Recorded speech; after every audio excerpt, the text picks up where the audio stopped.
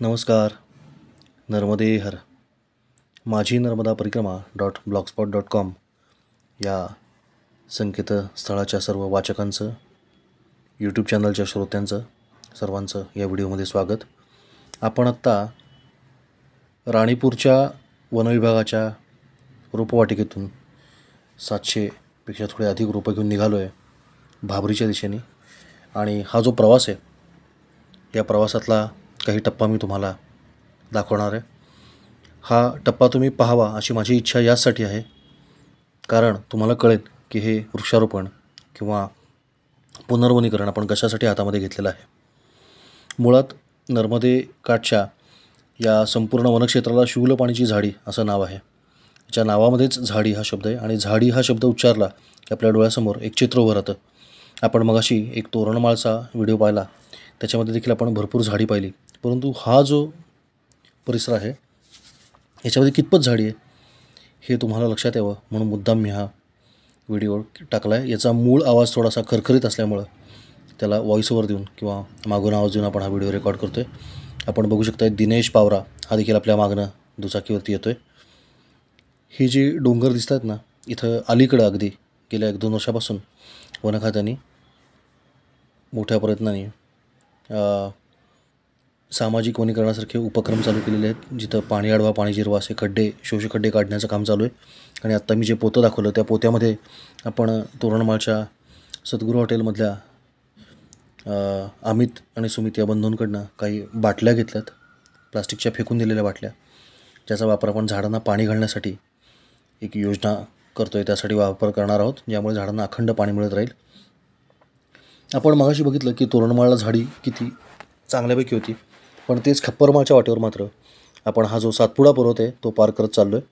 आणि आपण बघू शकता नव्यानेच अगदी हा घाट झालेला आहे, अगदी नवीन रस्ता आहे. हा रस्ता शून्यातनं उभा केलेला आहे आणि वळणं किती धोकादायक आहेत आपण बघू शकता. आता इथून जे तुटलेलं आपल्याला बॅरिकेड दिसलं, तिथनं नुकताच एक टेम्पो खाली पडला आणि त्यात 7-8 लोकांचा मृत्यू झालेला आहे. ही गाडी अजून खाली पडलेली आहे. धोकादायक वळण आहेत.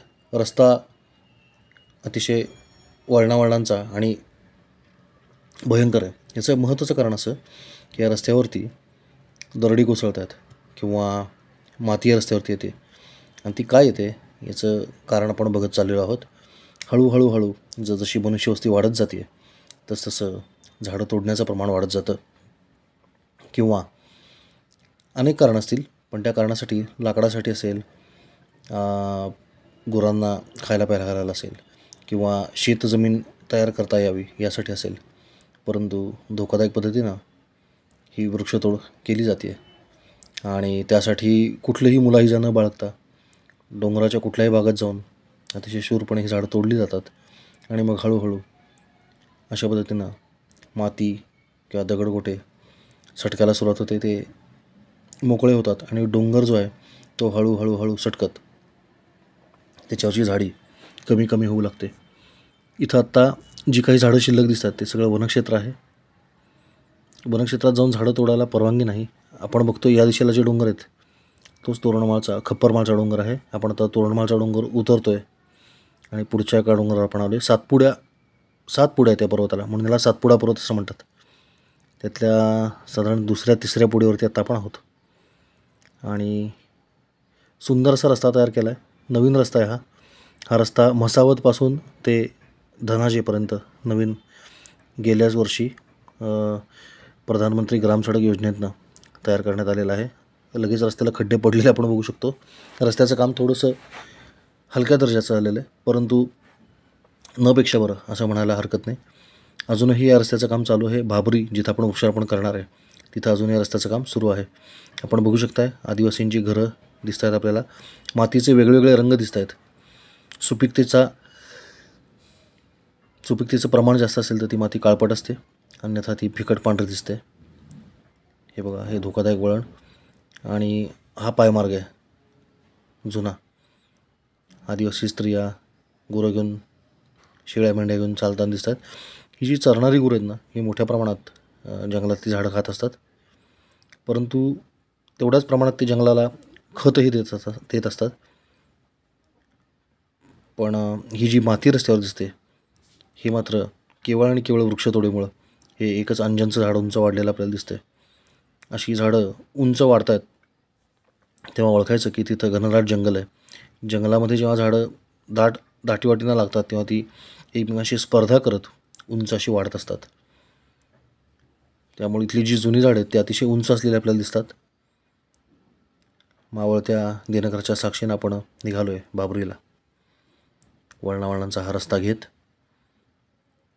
हे जे सगळे डोंगर आहेत ना, हे एकेकाळी अतिशय अतिशय म्हणजे अतिशय प्रचंड घनदाट अशा जंगलांनी व्यापलेले होते. आणि हे फार जुनं नाही, म्हणजे अगदी 20 वर्षापूर्वी जे इथं आले असतील त्यांनासुद्धा हा फरक जाणवत असेल की इथं मोठ्या प्रमाणामध्ये झाडी होती.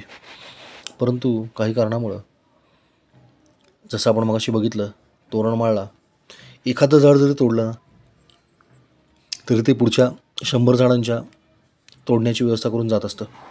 कारण त्यानं तेवढी माती पकडून ठेवलेली असते, तेवढ्या भूभागावर त्याचं नियंत्रण असतं. आणि आपण जेव्हा ते एक झाड तोडतो तेव्हा तेवढा भूप्रदेश हा खिळखिळा करून सोडत असतो. इथं आपण बघू शकताय की सागाची काही झाडं लागलेली आहेत किंवा वनखात्यानं लावलेली आहेत. जिथे झाड आहे तिथली माती थोडीशी राहते, झाडं नसली की माती सटकायला सुरुवात होते. एक दुष्टचक्र आहे. जसजशी माती सटकू लागते, आपण सगळ्यांनी महाराष्ट्रातली माळीणची दुर्घटना आपल्याला आठवत असेल. या माळीणमध्ये हेच झालं होतं. JCBमुळे अनिर्बंध अशी ती शेती वाढवण्याच्या दृष्टीने त्यांनी डोंगर खोदला आणि ही जी माती दिसते ना आपल्याला, ही जो मुरुम दिसतोय, ही एक मोठी पाण्याची साठवणूक व्यवस्था आहे. लक्षात ठेवा, स्टोरेज सिस्टीम आहे ती. आपण जसं टाकीमध्ये पाणी साठवतो तसं ह्या डोंगरामध्ये प्रचंड प्रमाणामध्ये पाणी साठलेलं असतं. लाखो करोडो गॅलन्स लिटर्स पाणी या डोंगरामध्ये साठलेलं असतं आणि ते हळूहळू झिरपत अशा पद्धतीनं येत असतं. आणि त्यापासूनच नद्यांचा उगम होतो, त्यापासूनच झरे तयार होतात, त्यापासूनच धबधब्यांना पाणी येतं. परंतु आपण जेव्हा त्याचे उभे तासतो ना कडे, तेव्हा आपण एक प्रकारे त्या टाकीला छिद्र पाडल्यासारखं होतं आणि मग त्यातनं पाणी पटापटा बाहेर पडायला लागतं. आणि हे पाणी पडताना पाण्याची गती वाढली की त्याबरोबर माती पण येते आणि मग हळूहळू त्या भिंतीची क्षमता कमी होऊन एखाद दिवशी अचानक संपूर्ण दगडाची भिंत ढासळते. आपण बघू शकता रस्त्याचं काम जे चालू आहे ना, तिथे शहाद्यावरून डांबर घेऊन जाणारे हे डंपर आपण बघतोय. हे डंपर आता शहाद्याला परत चाललेत रिकामे. रस्ता अरुंद आहे. बिट्युमिन युक्त खडी, डांबर कालवलेली खडी घेण्यासाठी हे डंपर चाललेत. असे 8 डंपर इथं काम करत आहेत दिवसरात्र. ये जा करून ते त्या डांबराची खडी आणून भाबरीपासून ते महाराष्ट्रातल्या भादलपर्यंत रस्त्याचं काम चालू आहे. त्या भादलच्या पलीकडे खारिया भादल नावाचं गाव आहे मध्य प्रदेशामध्ये. आणि या मध्य प्रदेशातल्या खारिया भादलच्या पलीकडे सेमलेट नावाचं गाव आहे. सेमलेटच्या पलीकडे घोंगसा आहे, त्याच्या पलीकडे कुली आहे, त्याच्या पलीकडे बोरखेडी आहे, त्याच्या पलीकडे बडवानी आहे. असा परिक्रमेचा हा येण्याचा मार्ग आहे. रस्त्याचं काम आत्ता भादलपासून भाबरीपर्यंत सुरू आहे. भाबरीच्या पुढे देखील कप्परमाळपर्यंत आता रस्ता झाला आहे. असे छोटे छोटे पूल त्यासाठी बांधले गेलेत, आपण बघू शकताय. आणि ही आहे शेती. आणि शेतामध्ये पावसाचं कुठलंही चिन्ह नसल्यामुळं अजून पेरण्यांची कामं फारशी सुरू झालेली नाहीत. जिथं थोडाफार पाऊस पडला आहे ते शेतकरी पेरणी करण्याचा प्रयत्न करत आहेत. डोंगर उतारावरची शेती आहे, पावसावरती अवलंबून आहे. यांना कुठल्याही प्रकारे पाण्याची व्यवस्था नाही आहे. त्यामुळे जर पाऊस पडला तरच पेरणी होऊ शकते. पाऊस जर पडला नाही तर एक कणही धान्याचा लावला जात नाही, अशी इथं अवस्था आहे. पूर्णपणे पावसावर अवलंबून आहे शेती. आणि पाऊस हा जो पडतो ना, त्याचा महत्त्वाचा घटक आहे वाऱ्याची गती. वाऱ्याची गती ढगांना घेऊन येत असते या ठिकाणी. आणि त्या वाऱ्याची गती कमी केल्याशिवाय पाऊस पडत नाही. आणि वाऱ्याची गती कमी करायचं काम झाडांचं आच्छादन करत असतं. जेव्हा मोठ्या प्रमाणामध्ये झाडं लावलेली असतात ना, तेव्हा ती त्या वाऱ्याची गती कमी करतात किंवा वाऱ्याचा वेग कमी करतात. आणि तो वेग कमी झाल्यामुळं प्रचंड पाण्याने भरलेला ढग हा बरसतो. आम्हाला शाळेमध्ये एक श्लोक शिकवला होता, वदनी कवळ घेता नाम घ्या मातृभूचे, सहज स्मरण होते आपल्या बांधवांचे, कृषीवल कृषीकर्मी राबती दिन रात, श्रमिक श्रम करोनी वस्तू या निर्मितात, स्मरण करोनी त्यांचे अन्नसेवा खुशाल, उदर भरण आहे चित्त होण्या विशाल. हा श्लोक म्हणल्याशिवाय आपण अन्नग्रहण केलं नाही पाहिजे. कारण आपण बघतोय शेतकऱ्यांचं जीवन किती कठीण आहे. पावसाचा एक थेंबही पडलेला नाही आत्तापर्यंत. साधारणतः हा जून महिन्याचा दुसरा आठवडा चालू आहे. 2024 साल आहे आणि पावसाचा थेंब नसल्यामुळं शेतं उघडी पडलेली दिसतात आपल्याला. शेतामध्ये अजून एकही दाणा लावण्यात आलेला नाही आणि अशा पद्धतीनं दिवस रात्र कष्ट करून शेतकरी आपल्यासाठी अन्न उगवतात, अन्न पिकवतात आणि ते अन्न खाऊन आपण जगतो. ताडाची काही झाडं आपण बघतोय. ताड इथं चांगल्या पद्धतीने येतो असं लक्षात आलेलं आहे. त्यामुळं ताडाची मोठ्या प्रमाणात लागवड करण्याचा प्रयत्न आपण भविष्यामध्ये करणार आहोत. त्यासाठी तमिळनाडूवरून किंवा अन्यत्र कुठे ताड मिळेल तिथनं ताड गोळे आणण्याची व्यवस्था आपण करणार आहोत. आता मोठ्या प्रमाणामध्ये शेती चालू झालेली आपल्याला दिसते. या शेतीमध्ये पावसाचा थेंब पडलेला नाही आणि पावसाचा थेंब न पडण्याचं कारण आपण पाहिलं की निर्वनीकरण. डोंगराच्या माथ्यावरती, डोंगराच्या उतारावरती झाडं नसल्यामुळं इथून वारा आपण बघताय की ढग आहेत आत्ता, पण ते ढग इथं बरसत नाही आहेत, ते पुढे निघून जात आहेत. त्याचं कारण इथे वृक्षतोड झालेले, वृक्ष कमी आहेत आणि झाडं कमी असल्यामुळे पाऊस पडत नाही. जितकी उंच झाडं आणि जितकं घनदाट अरण्य आपण उभं करू तितका पाऊस तिथे आपोआप पडत असतो. आणि एक साधं गणित आहे, साधं लॉजिक आहे, एक साधा विवेक आहे. जे झाड आहे, जसं आपण भूक लागली की प्रार्थना करतो देवाला की देवा मला खायला दे, देवा मला तहान लागली, देवा मला पाणी दे, तसं या झाडांनाही जीव आहे. जगदीशचंद्र बसूंनी सिद्ध केलेलं आहे. झाडंसुद्धा देवाला म्हणत असतील ना रे की देवा मला पाणी दे, देवा मला पाण्याची गरज आहे, देवा मला पोषणाची गरज आहे. आणि त्यामुळे जितकी मोठ्या प्रमाणात झाडं लागतील ना तिथं पाऊस आपोआप पडतो. एक निरीक्षण आहे, तुम्ही करून बघा. झाडं वाढली की पाऊस वाढतो, झाडं कमी झाली की बघा ही अशी अवस्था. धूप बघा, मोठ्या प्रमाणात माती वाहून चालली, एकच झाड शिल्लक आहे आणि हा संपूर्ण रस्ता मातीने भरला आहे.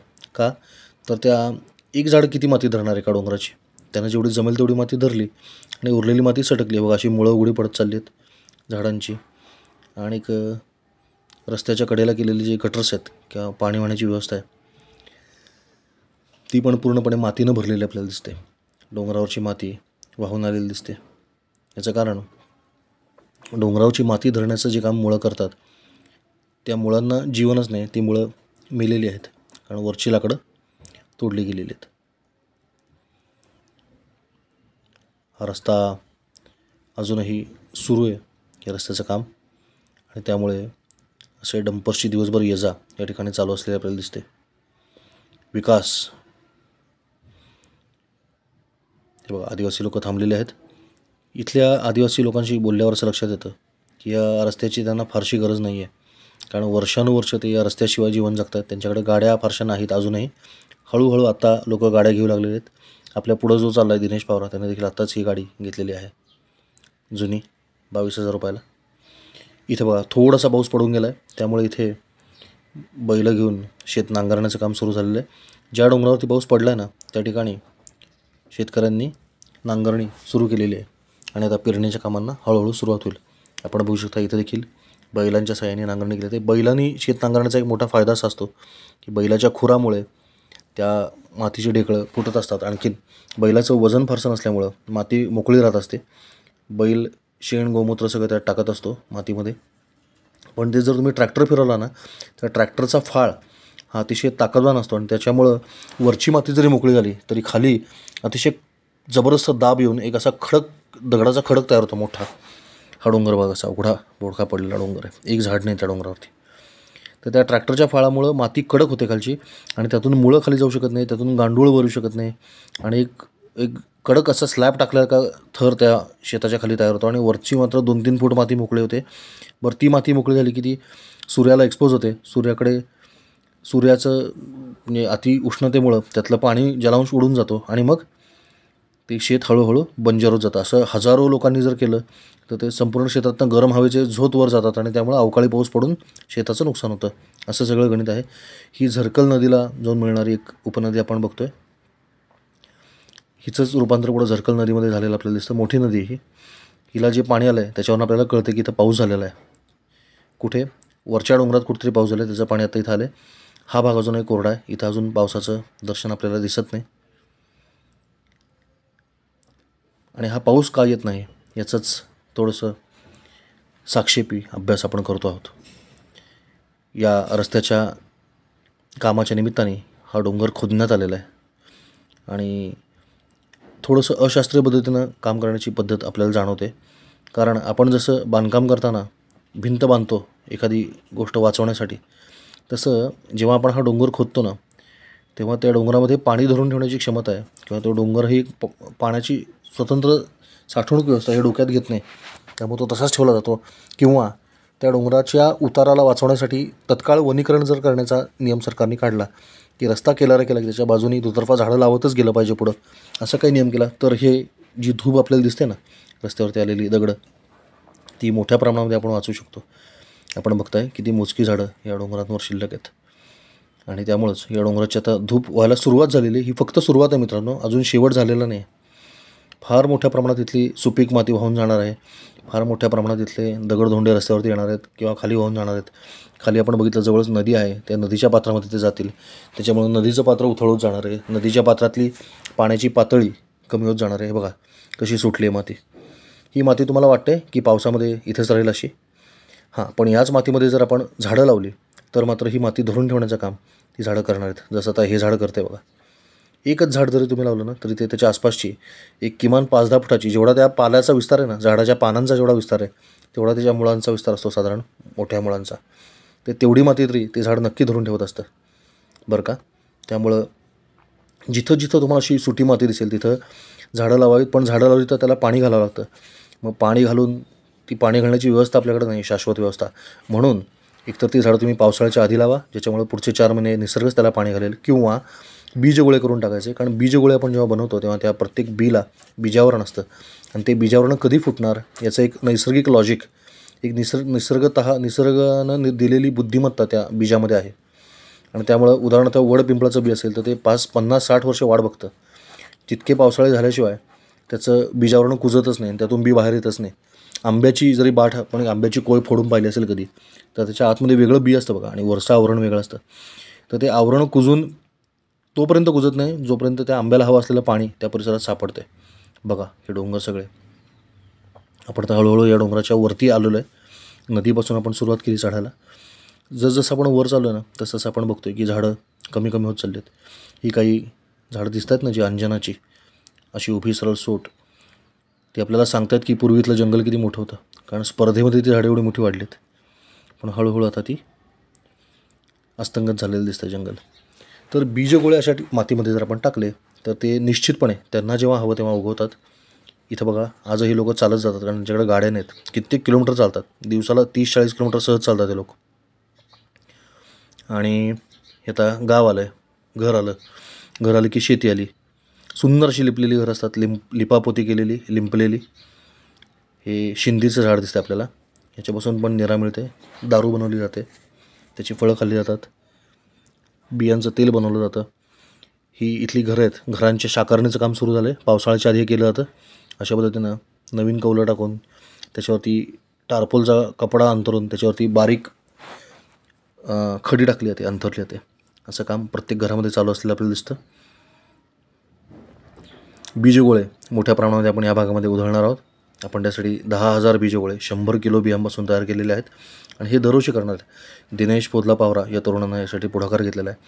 त्यानं गावोगावी जाऊन तरुणांचं प्रबोधन करून त्यांना हा विषय समजून सांगण्याचं आपल्याला अभियोजन दिलेलं आहे आणि त्याच्या मदतीने, त्याच्या सहाय्याने आपण हे काम उभं करतो आहे. इथं स्थानिक आदिवासींसोबत काम करता येण्याची एक सगळ्यात मोठी अडचण अशी आहे, ती म्हणजे भाषेची अडचण आहे. इथं अनेक भाषा आहेत, त्यातली पावरी ही मुख्य भाषा आहे. पावरी, भील, अहिराणी अशा वेगळ्या भाषा या भागात चालतात.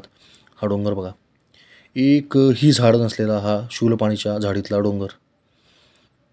झाडं दाखवा आणि बक्षीस मिळवा अशी स्पर्धा ठेवली ना तर सगळे हरतील, असा हा डोंगर आहे बघा. एकही झाड नाही, एकही छायादार वृक्ष नाही आणि विकास मात्र जोरात चालला आहे. बघा हे रस्ते चाललेत. अरे पण तुम्ही रस्ते जे करताय त्या ठिकाणी काय सुविधा तुम्ही दिली? आता इकडे बघा, इथं वीजच नाही आहे. त्या प्रत्येक घरावरती सोलरचे पॅनल्स आहेत. हे हिनाताई गावित यांनी घरोघरी सोलर पॅनल वाटलेले दिसतात, त्याच्यावरती त्यांचं नाव पण लिहिलेलं आढळतं. त्यांनी प्रत्येक घरामध्ये एक सोलर पॅनल असा दिलेला आहे. आता हा डोंगर बघा, या डोंगरावरून 2 मुली चढत चालल्यात. हा अजून एक डंपर. आत्ताच्या आत्ता आपण 4 डंपर पाहिले. 2 मुली या डोंगरावर चढत चालल्यात. तुम्हाला दाखवायचा मी प्रयत्न करतो, दिसतंय का? त्या जर पडल्या ना तर त्यांना धरायला काहीच नाही बघा तिथे, काही नाही, एक कण नाही, गवताचं पातं पण नाही त्यांना पकडायला.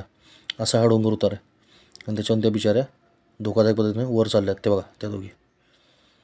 तर हे चित्र मित्रांनो आपल्याला बदललं पाहिजे, कारण हा डोंगर आत्ता डोंगर दिसतोय, असाच जर राहिला ना तर एक 100 वर्षामध्ये तो नष्ट होऊन जाईल. त्याची माती दगड सगळं वाहून जाईल खाली, डोंगरही नष्ट होईल, खालची नदी पण नष्ट होईल आणि मग ती पूर्ण इकोसिस्टमच नष्ट होते. ती पूर्ण एक जैववैविध्य या भागातलं ना ते नष्ट होऊन जातं.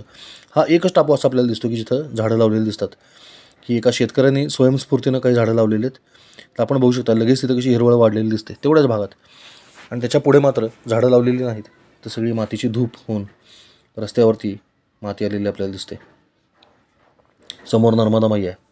अगदी सरळ इथं धुरकट वातावरण असल्यामुळे तुम्हाला दिसणार नाही, पण नर्मदा मैया मधून अधून दर्शन देते या भागात.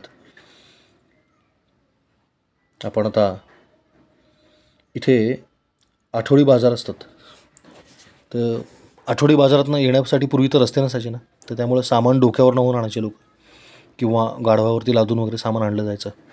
तर ती पद्धती तर अजूनही चालू आहे. सुंदरसा चुन्याचा रंग घरांना द्यायची पद्धत आहे. निसर्गाशी अतिशय जवळीक साधणारी, निसर्गाशी अनुरूप अशी जीवनशैली इथल्या लोकांची आहे. इथे कसं दृश्य आपल्याला असं डोक्यात आपल्याला येईल कदाचित की आदिवासी लोकांमुळे हे सगळं झालं आहे का.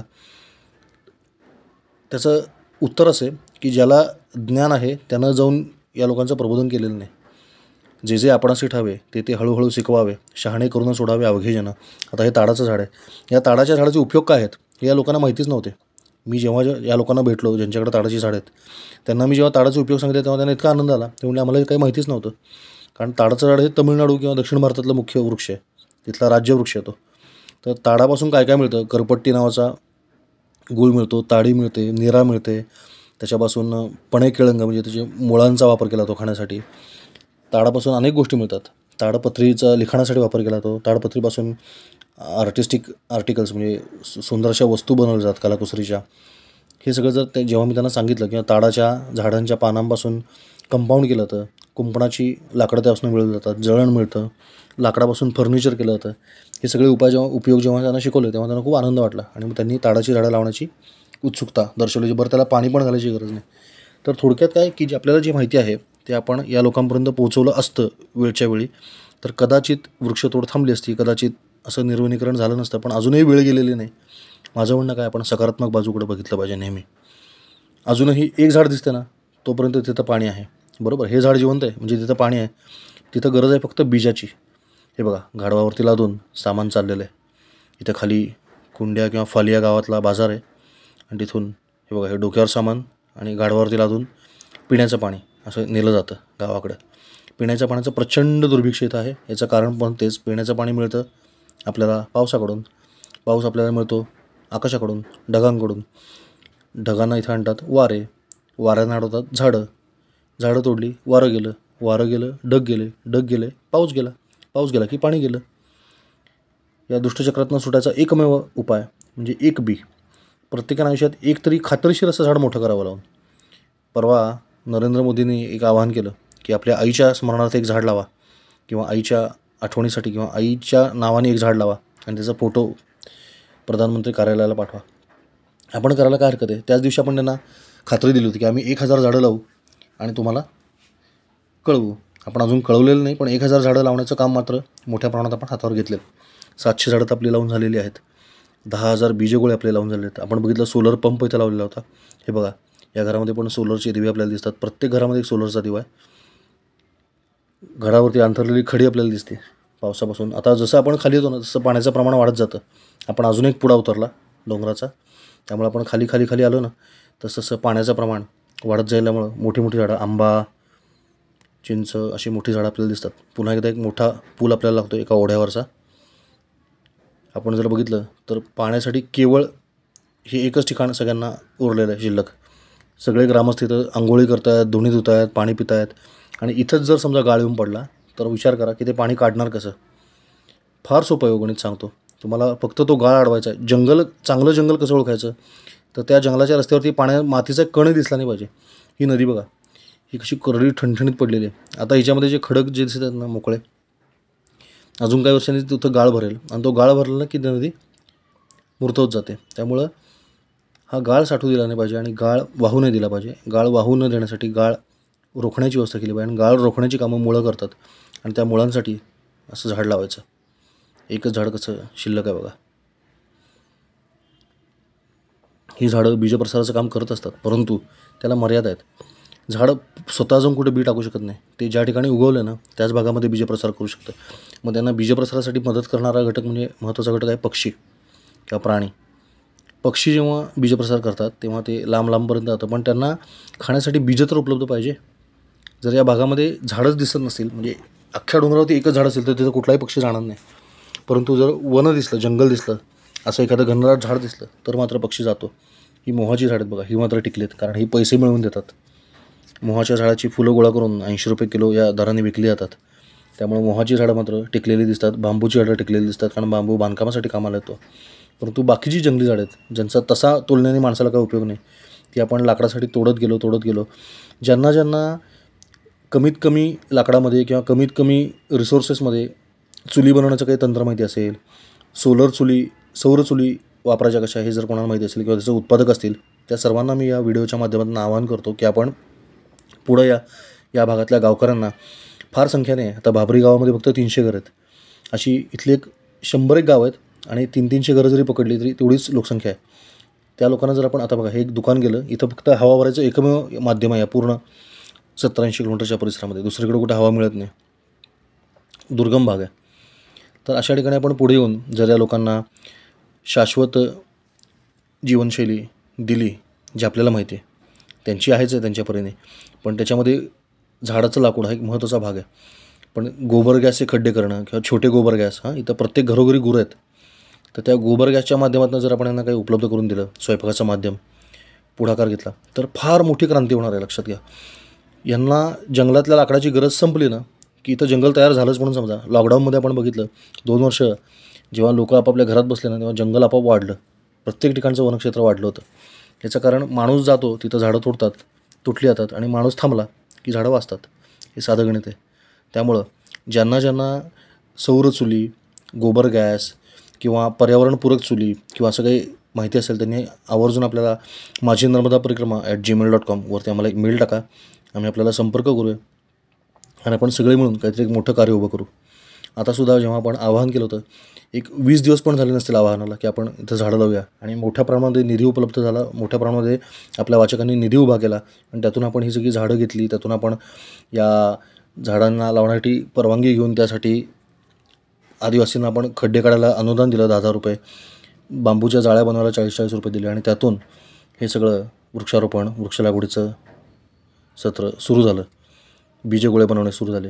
आपल्याला अजून बरीच कामं या क्षेत्रात करायची आहेत. हे एका गोष्टीनं होणारं काम नाही, अनेक गोष्टींमुळं हे झाडं तुटले, तशी अनेक गोष्टी केल्यामुळं हे पुनर्वनीकरण साध्य होणार आहे. त्यासाठी लाकडाशिवाय त्यांना जगणं शिकवणं आपल्याला आवश्यक आहे. घर बांधणीसाठी काही वेगळं तंत्र असेल लाकडाशिवाय, इथं अतिशय मोठी आणि मजबूत लाकडं असल्याशिवाय घर बांधता येत नाही. तर बांधकाम क्षेत्रातले जे तज्ज्ञ आहेत, मा नर्मदा आपल्यासोबत आहे, तिच्या प्रेरणेने आपण हे बघू शकताय की इथं अलीकडे थोडंसं सिमेंट कॉन्क्रीटचं बांधकामाला सुरुवात झाली, पण सिमेंट कॉन्क्रीटशिवाय पण चांगला एखादा पर्याय मिळाला आपल्याला बांधकामाचा, शाश्वत पर्याय, तो यांना जर आपण देऊ शकलो तर त्यांनी आपल्याला फरक पडणार आहे. लाकडं स्वयंपाकासाठी आपण वाचवू शकलो तर त्याने आपल्याला फरक पडणार आहे.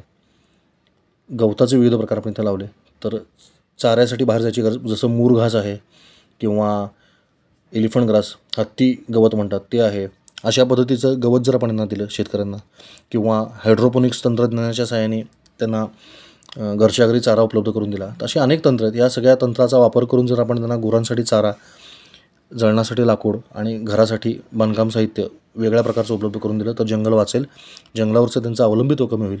आणि जंगलात उत्पन्न मिळून देणारी झाडं असतात, चंदन असेल, रक्तचंदन असेल, मोह असेल, बांबू असेल, चिंच असेल, बोर असतील, करवंद असेल, अशा प्रकारची झाडं, त्याच्या बिया जर आपण त्यांना दिल्या तर त्यांनी देखील आपला हा हेतू साध्य होणार आहे.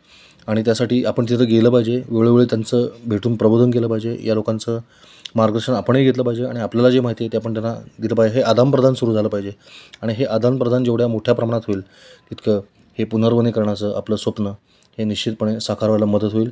आणि हे जे उघडे बोडके डोंगर आपल्याला दिसतात तसे डोंगर बघण्याची वेळ आपल्यावरती येणार नाही. इथून पुढच्या परिक्रमावासींना अतिशय हिरवगार जंगल आणि सुंदर असं शूलपाणीश्वराची झाडी अनुभवायला मिळेल आणि त्यांच्या लक्षात राहील की अरे, शूलपाणीची झाडी ही खरोखरच अतिशय घनदाट अशी झाडी मला परिक्रमेमध्ये लागली होती.